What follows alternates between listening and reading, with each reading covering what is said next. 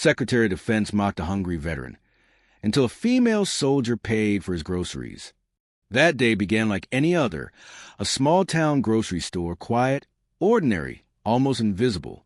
No one expected that within minutes, the most powerful man in the country would walk through those doors, or that he would mock a hungry veteran who had once fought under the same flag he claimed to protect. Cameras flashed, laughter echoed, and a man who had given everything for his nation stood, humiliated before the world.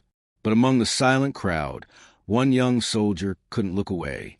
Sergeant Emily Carter, disciplined, unnoticed, and quietly loyal, felt something inside her break. It wasn't rage. It was remembrance, the kind that burns when you realize that the people who should be honored have been forgotten. And in that moment, she made a choice. A simple, human gesture that would shatter arrogance, ignite a movement, and remind millions what true honor looks like. If stories of courage and justice move you, subscribe now and join us on this mission to keep their voices alive. Because sometimes the smallest act of compassion can change not only a man's life, but an entire nation's heart. The camera opens on a small-town grocery store, bathed in the pale light of a cloudy afternoon. Shelves are half-stocked, and the sound of old jazz hums faintly through the dusty speakers. At the checkout counter, an elderly man in a faded army jacket trembles as he counts coins on the counter. His hands shake not from age, but from something deeper, shame. Behind him, people watch in silence, pretending not to see.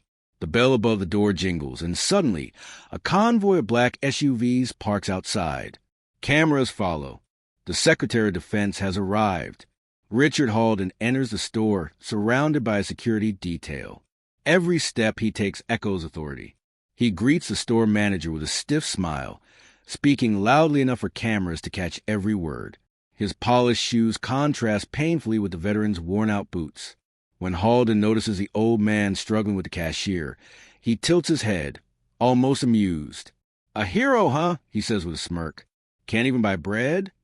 Laughter ripples faintly among the aides.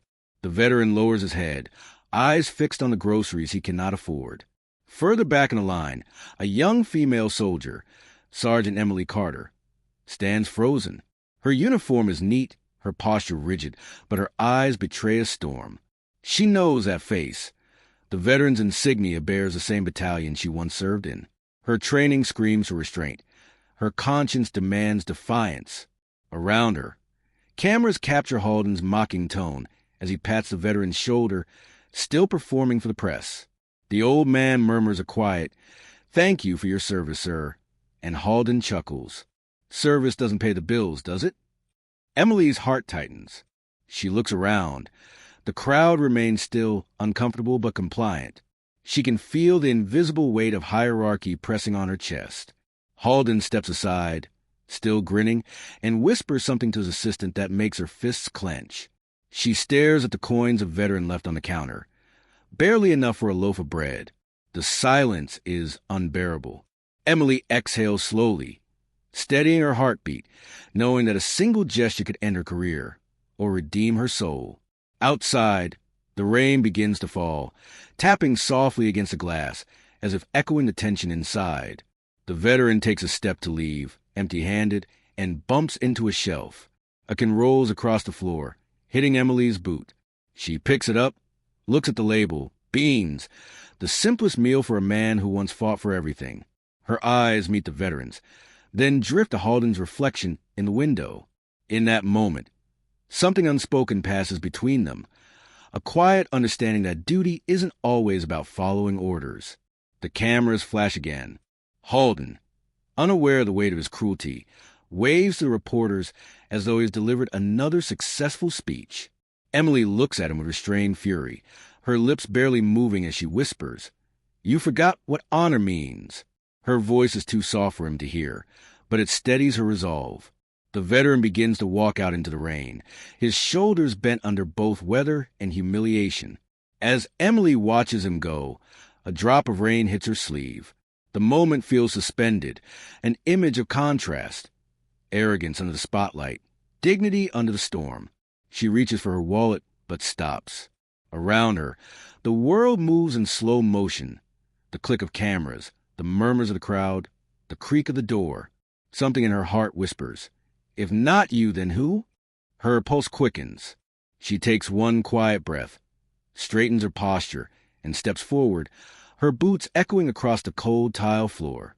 The camera pans to her hand as she closes her wallet. The audience feels a shift, the unseen decision forming behind her steady eyes. The screen fades to black before she speaks. Only the sound of rain remains, like a silent countdown before justice moves. The door swings shut behind the veteran, and the laughter inside the store fades into an uneasy quiet. Richard Halden straightens his tie, pretending not to notice the discomfort on the faces around him. His voice fills the silence again, smooth and confident, as he talks about patriotism and national pride to the nearby cameras. "We take care of our heroes," he declares, oblivious to the irony dripping from every word. The cashier lowers her eyes, and Emily Carter clenches her jaw, watching the hypocrisy unfold like a slow burn. The veteran's forgotten groceries remain on the counter, a small pile of dignity abandoned for the sake of spectacle. Emily's fingers twitch beside her leg, as if her body already knows what her mind refuses to accept. Halden laughs again, trying to recover the attention of the crowd. "Let's show them how strong leadership looks," he says. A photographer raises his camera and catches a flash of the secretary's smug grin, a photo that will later haunt him. Emily feels her pulse pounding in her ears, matching the steady rhythm of the rain outside.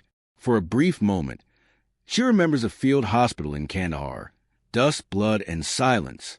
She remembers men like that veteran, broken and forgotten, who still saluted as they bled. The echo of those memories collides with the present scene, and she feels a sting of tears rising, not from sorrow, but from restrained rage. "You fought for him," she whispers under her breath, "and now he laughs at you." The contrast is unbearable. Halden finishes his speech with final boast, then turns to sign autographs for two reporters. His entourage forces polite laughter, though their eyes betray shame. Emily sees it too, the tiny cracks forming in their confidence. No one dares confront him, but no one can look away either. The air is thick with fear disguised as respect. The power dynamic has shifted, though no one fully understands why. Emily feels it before anyone else. Arrogance always creates the stage for its own downfall. As the veteran disappears into the rain, the glass doors reflect Halden's grin, like a ghost of authority. Emily notices how fragile it looks now, empty, rehearsed. She turns her attention to the cashier, who still holds a receipt, trembling. "He didn't take his groceries," the girl murmurs. "He said he'd come back when his pension arrived." Emily swallows hard. "He won't," she replies quietly. Her eyes dart toward Halden, who is shaking hands with a reporter. Suddenly, a small crowd begins to whisper. One man mutters, "That wasn't right." Another adds, "He fought for us."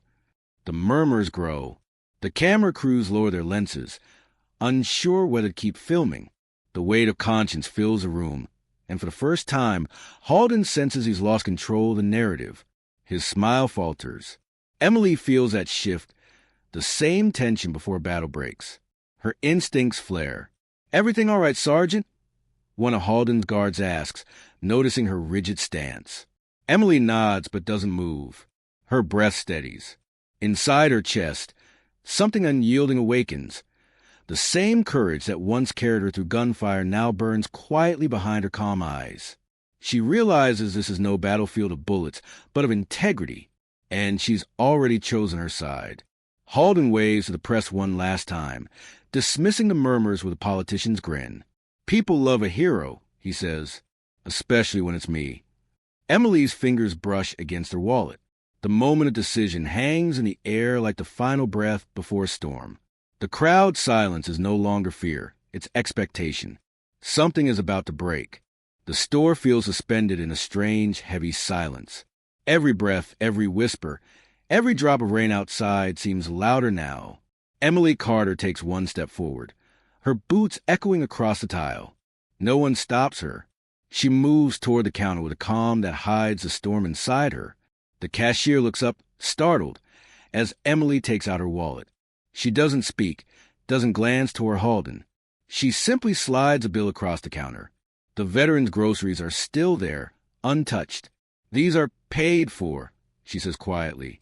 The cashier hesitates, eyes flickering between Emily and the secretary. "Sergeant, you don't have to." "I do," Emily interrupts, her voice firm but gentle. "We take care of our heroes." The same word Halden had twisted minutes ago now reclaimed their true meaning. The air shifts. A cameraman lifts his lens instinctively. Halden's smile freezes. The crowd stops pretending. For a moment, the hierarchy collapses. The powerful become small, the humble radiant. Emily picks up the veteran's bag and walks toward the door. Halden steps forward, trying to recover control. "Sergeant, that's not your place," he says, tone sharp.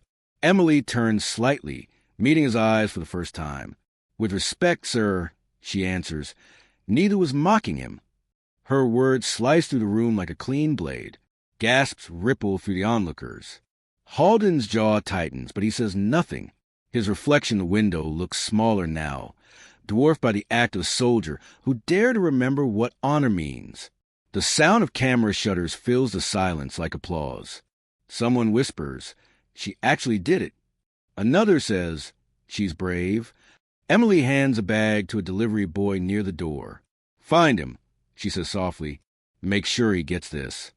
The boy nods, still wide-eyed. Outside, the rain has slowed to a mist, as if even the sky is holding its breath. The veteran's figure appears faintly across the street, turning back for a moment, unaware that someone just restored his dignity. Halden's aides glance nervously at him. "We should go, sir," one mutters, but he can't move. His hand trembles slightly as he adjusts his cufflinks, realizing every camera now points not at him, but at her. The false warmth in his smile dissolves. "Turn off the cameras," he orders, but it's too late. The footage has already begun its silent journey to every screen that will soon call him a coward. Emily takes a final look around before leaving. No victory smile, no defiance, just quiet purpose. The crowd parts as she walks past, every face changed by what they witnessed. The cashier wipes her eyes. One of the younger soldiers in Halden's entourage whispers, "She just did what all of us wish we could." Outside, the rain resumes, heavier this time, echoing like distant applause. As Emily steps into the street, she looks down at her sleeve, rain mingling with tears she won't admit are there. Her hand rests on her pocket where her service medal lies, worn and scratched. "Still serving," she whispers to herself. The moment crystallizes into something eternal. One act of courage standing against an empire of pride. The scene fades with her walking into the storm, unaware the world has already begun to talk about her. By nightfall, the clip had already traveled farther than Emily could have imagined. A teenager's shaky phone recording captured the entire exchange. The arrogance, the silence, and her quiet defiance. Within hours, it spread across social media like wildfire. "Female soldiers shame Secretary of Defense." One headline read. "The real definition of service," said another. Millions watched her calm voice and steady eyes, and something in the country began to stir, a mixture of shame and admiration. In a dimly lit office at the Pentagon, Richard Halden watched the footage play on loop. His jaw tightened each time he saw her face. "Who leaked this?" he barked, but his aides avoided his gaze. Every attempt to contain the story only made it grow stronger. Talk shows replayed the clip, veterans groups released statements praising her, and ordinary citizens wrote, "She reminded us of what we lost." For the first time in his career, Halden realized he couldn't control the narrative. Meanwhile, Emily sat alone in her small apartment, lights off, scrolling through hundreds of messages. Some called her a hero, others demanded interviews. She wanted none of it. She hadn't acted for praise. Still, she felt the weight of what her gesture had unleashed.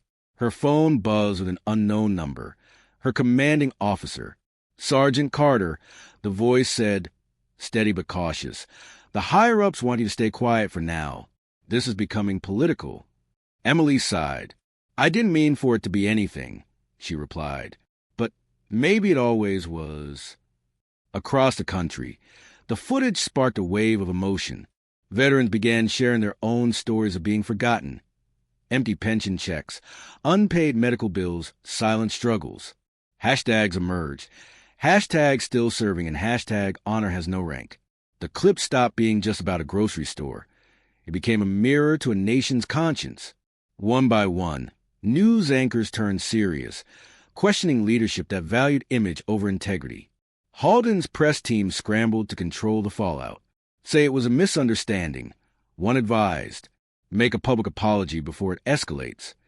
But Halden refused. I don't apologize to subordinates, he growled. Yet the pressure grew.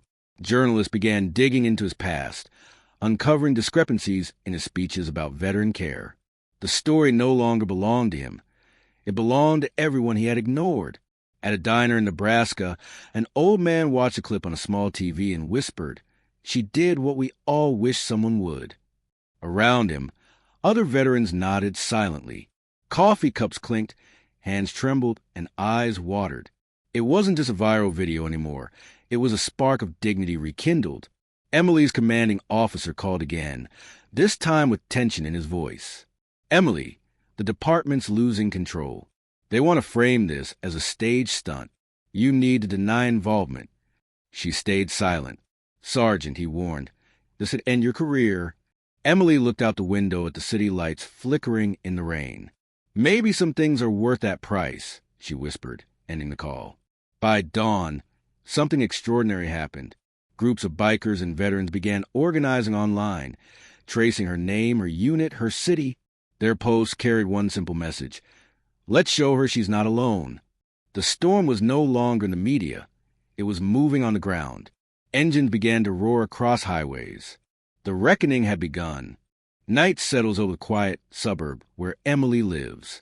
Rain glistens on the empty streets, reflecting the faint glow of porch lights. She sits by the window, sipping cold coffee, the hum of her refrigerator the only sound in the house. The world outside has changed, but she hasn't let it in. Her phone buzzes again, reporters, producers, unknown numbers, but she ignores them all. She thinks of the old man in the grocery store, wondering if he ever got home safely. Then from the distance, a faint rumble begins to rise, steady and low, like thunder approaching. The sound grows louder, an army of engines rolling closer. Emily stands, confused, looking through the curtains. Headlights pierce the night as dozens, then hundreds, of motorcycles fill the street. 120 veterans, men and women of every age, arrive, wearing leather jackets marked with old unit patches and medals. They park silently, forming a long, shining line that stretches down the block. The rain has stopped. Only the deep growl of engines remains. A neighbor steps outside, whispering, "What's happening?" But no one answers. It's not a protest. It's a salute. Emily opens her door, unsure she should step outside. Then she hears a familiar voice. "Ma'am." Standing before her is John Everett, the hungry veteran she helped. His eyes glisten beneath the streetlight. In his trembling hands, he holds a paper bag, the same groceries she paid for. "Didn't want to let these go to waste," he says softly. Emily's breath catches. Around them, dozens of veterans nod silently, their presence heavy with unspoken gratitude. The air feels sacred, as if time itself has paused to honor a forgotten truth. Everett steps closer, his voice breaking. "We thought no one saw us anymore," he says. "But you did." Emily swallows a lump in her throat, struggling to find words. "I just did what anyone should," she replies. "Then why did anyone else?" he answers gently. The question hangs in the air, cutting deeper than accusation. It's revelation. Emily lowers her gaze, humbled. Around them, the veterans raise their flags one by one. The soft flap of fabric fills the silence. In that moment, the crowd of veterans begins to kneel, not in worship, but in respect. Some remove their caps. Others salute.